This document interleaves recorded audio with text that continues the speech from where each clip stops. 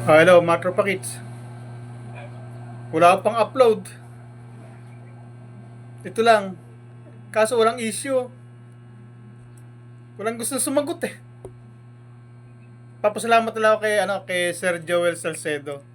Kasi yung palang 4WH na nakasulat doon sa comment ni Kuya Potpot. 4,000 pala yun.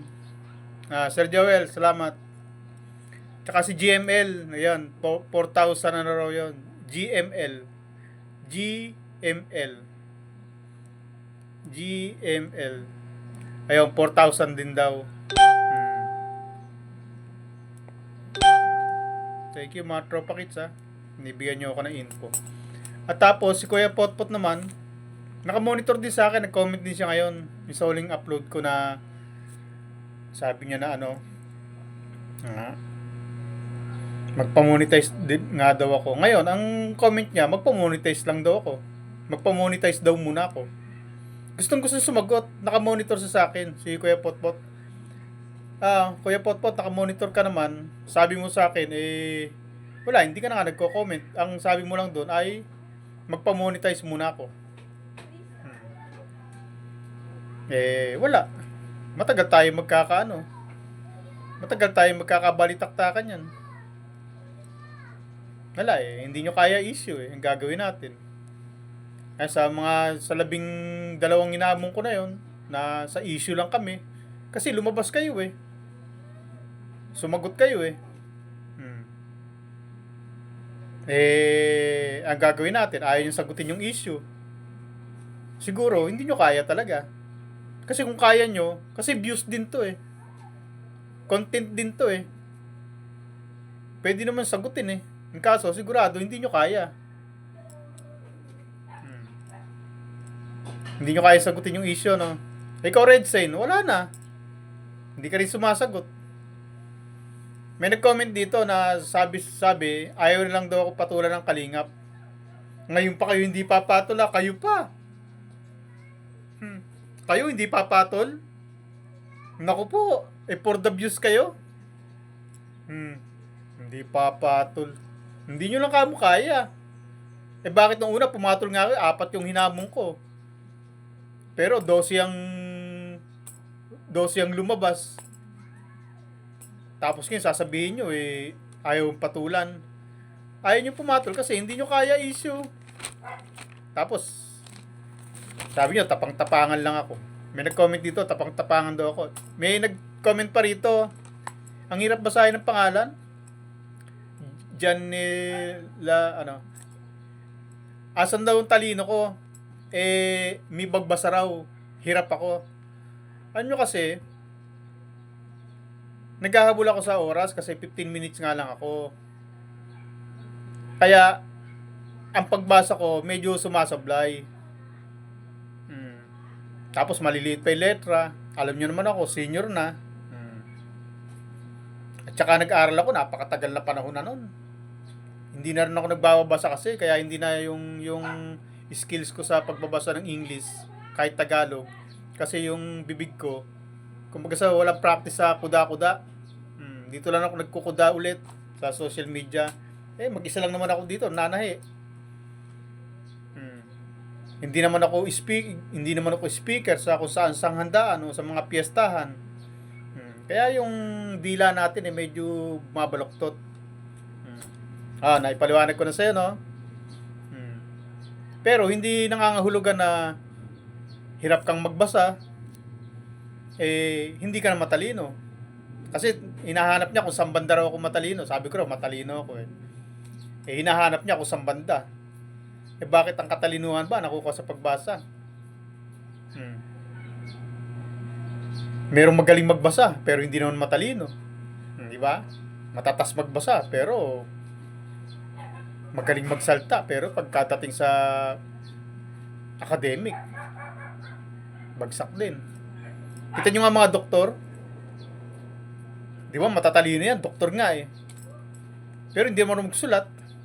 Sino sa inyo marunong magbasa ng sulat ng doktor? Tanungin ko nga kayo. Ikaw, yung nag-comment ng si Janelarin Tabayag. Tabayag na lang. Kasi yun ang madaling intindihin eh, yung si Janelle Rain Tabayag. Hmm. Ikaw ba, marunong kang magbasa ng sulat ng doktor? Ang doktor, matalino yun ha. Pero sabihin ko nga sa'yo eh, yung anak ko, madalas ano yan, madalas ano, nung kaba nung baby pa yan, laging napupunta sa center, sa doktor, nare-resetahan. Alam mo hanggang ngayon, mula resetahan niyan, na daming reseta niyan, kahit isang reseta wala ako nabasa. Sulat ng doktor. Pero doktor, matalino yan eh. Doktor nga eh. Pero hindi mo magsulat. Ang hirap intindihin ng sulat niyan. Oh, hindi ikaw mo, sana paliwanagan kita ng maayos, Tabayag. Tabayag. Sana paliwanagan kita ng maayos ha. Hindi ikaw mo medyo bulol-bulol magbasa, eh, hindi na matalino. Sabi ko nga sa'yo, doktor nga eh. Di ba? Tali-talino, doktor, pero hindi marunong magsulat. Sino sa inyo marunong magbasa ng sulat ng doktor? Sige nga, sabi mo sa akin. Di ba? Ganun yun. Kaya wala kayo, yung mga bashers, wala sa akin yan. Tutuwa nga ako sa inyo eh. At least, kahit paano, napapansin nyo ako. Ibig sabihin, pati pagbabasa ko, natututukan mo. Ibig sabihin, viewers kita. Di ba? Ganun yun. Eh, wala tayong issue eh. Gagawin natin. Kailangan mag-upload. Requirement ng YouTube eh. Kailangan mag-upload daw ako eh. Kahit wala namang kwenta yung issue ko rito, tsak na may manonood sa akin kasi may community kami. May sumusuporta sa akin. At dagdag na lang kayong mga basher. Kaya okay lang yun. Sabi ko nga sa inyo, hindi ko pa naman kailangan ng views eh. Kailangan ko lang mag-upload kasi nga, requirements ng YouTube. Eh, nandito na ako, gagawin natin. Nga pala ako tubig. Isa! Oh! Pay yung tubig! Wala sumasagot. Hindi kaya yung hamon ko na dun lang sa issue ni Red Sane eh. Na kung paano nasabi ni Red Sane na ganun eh. Hindi nila kaya pagtanggol yung sinasabi ng special child. Hindi nila kaya pagtanggol si Red Sane doon. Mahirapan sila. Kasi alam nila talaga yung totoo. At hindi na lang papasinungalingan yun. Mahirap pasinungalingan yung totoo na yun. Baso ko, garapon, no? Eh, pusa ko, binabasag yung mga baso ko. Hinahawi.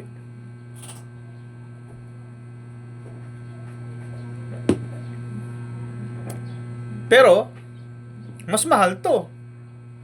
Bago ka magkaroon ng ganito, kulang-kulang sandaan. Ang baso ngayon yata, 50 pesos lang eh. Pero ito, bago ka magkaroon ng basong ganito, ng gantong garapon, kulang-kulang sandaan ang gagasin mo. Kasi may laman to na kaong. Okay, nata di ko ako. Kasi naghahalo-halo kami eh. Kumakain kami ng halo-halo. Imbis na bumili ako ng halo-halo na yung tingi-tingi dyan sa kalsada na bibilin mo, nakaan na, gumagawa kami talaga ng sarili naming halo-halo. Kaya bumibili kami ng mga ganito. Nata, kaong, kaya may baso kaming ganito. Kaya huwag nyo maliitin tong garapon na to kasi kung yung baso mabibili mo ng 50 pesos, 40 pesos, ito hindi ka magkakaroon nito kung wala kang kulang-kulang sandaan. Ewan ko magkano talaga presyo ng laman nito, yung nata. Kaya ngayon, wala pa sumasagot. Ngayon, mga tropa kids, di alam na natin ang totoo. Na hindi nila ako masagot kasi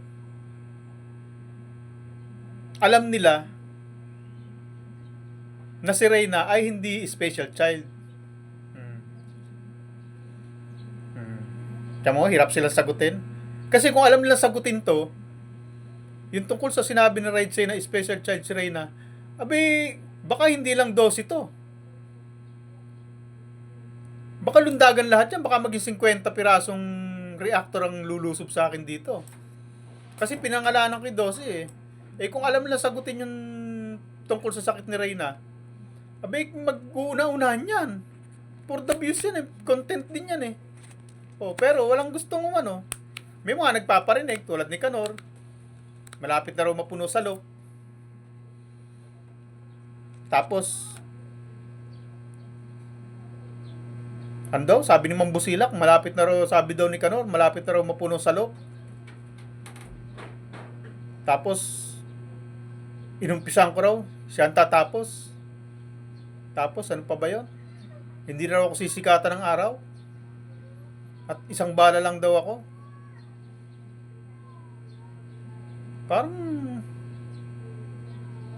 Parang tunog probinsyano yata yun. Nagpapatawa ba si Mang Busilak? Mang Busilak, nagpapatawa ka ba? Yung kapag puno na ang salop, marapit ng, parang bukas luluhod mga tala. Ganon. Tapos yung mga hiram na umaga, ano yung pinagsasabi mo, Mang Busilak? Nasabi ni Kanor na malapit na mapuno ang salop. Parang nagkahalo-halo yung mga pelikula ng FPJ dito. Pero bakit may luluhod pa ang mga tala? Siguro nagpapatawa na lang yun. Mang Busilak, nagpapatawa ka ba? O mali yung nabasa ko? Baka sa comment ko nabasa yung kapag puno na ang salop, tapos hindi na ako sisikatan ng araw.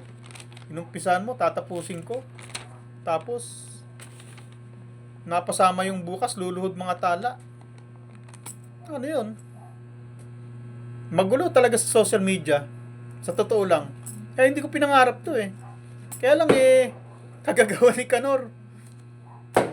Tsaka ano rin, sa pagsuporta ko rin sa bata. At kung hindi siguro ako pumasok sa social media, hanggang tagahangan na ako ni Reyna. Pero, hanggang huli, kasayo ko si Reyna. Ang ganda ni Reyna. Oo, masarap titigan ng mukha. Ang ganda ng ilong. Tapos yung mukha niya, parang mukha ng yung birhen sa simbahan. Ganda. Malambing pa. Pag kinausap mo, nakangiti ka agad sa'yo. Kaya siguro galit na galit sa akin yung mga yan. Kasi, biruin mo nga naman. Ako na walang kahirap-hirap. Biglang sulpot lang ako dito. Tapos, katabi ko si Reyna. Kumakain ako ng kasi may Red Doors in Cando na ito kwento ko lang. Nakaupo ako sa sopa, binuksan ko yung isang Red Doors na in can. Dumaan sa harap ko, sinita ako. Kasi upo rin sa sopa, napadaan sa akin. Sabi sa akin, alak yan. Tapos hindi pa ako nakakasagot. Sabi niya, mamalasing ka niyan. Tapos, ginawa ko, sabi ko, hindi nakakalasing to, hindi naman alak to, ano lang to, Red Doors lang to. Tsaka isa lang. Nahiya ako, pumunta ako sa lamesa. Tapos doon naglabas ng si Misya ng mani, yung nilagang mani. Tapos maya sumunod. Tapos akala ko sisitahin na naman ako. Yung pala, naupo kasi tinira yung mani. Ubos, hindi tinantanan. Hindi ako nakapamulutan kahit gusto kong mamulutan ng mani. Hindi ko na magawa kasi sunod-sunod ang subo niya. Pagkabalat, subo. Tapos tapon. Tapos balat na naman, subo. Hindi tinantanan. Tapos nung mapansin ni ma'am niya na ubos na. Kumuha ng manghuan na chicharon ni manghuan. Tapos nagbukas isa. Ba? Inantay lang niyang buksan. Nung mabuksan, tinira na naman. Ubos na naman. Tapos, meron pang isa. Dalawa yung kinuha eh. Tapos, nakatahimik pa siya. Ayaw niyang buksan. Hinihintay niya siguro na buksan. Ako naman, ayoko nang buksan kasi sabi ni Ma'am Rowena, bawal sa kanya yan. Kaya ang ginagawa ko, kahit gusto kong mamulutan ng chicharon ni Mang Juan, hindi ko mabuksan kasi pag binuksan ko yon, titirahin na naman ni Reyna. Bawal. Hindi ko na binuksan. Tapos, tiis na lang ako na, hindi naman ako makatungga ng Red Doors, pakasitahin na naman ako. Nung tumalikod na, umalis na, tsaka ako tinungga Red Doors. Okay, bye-bye.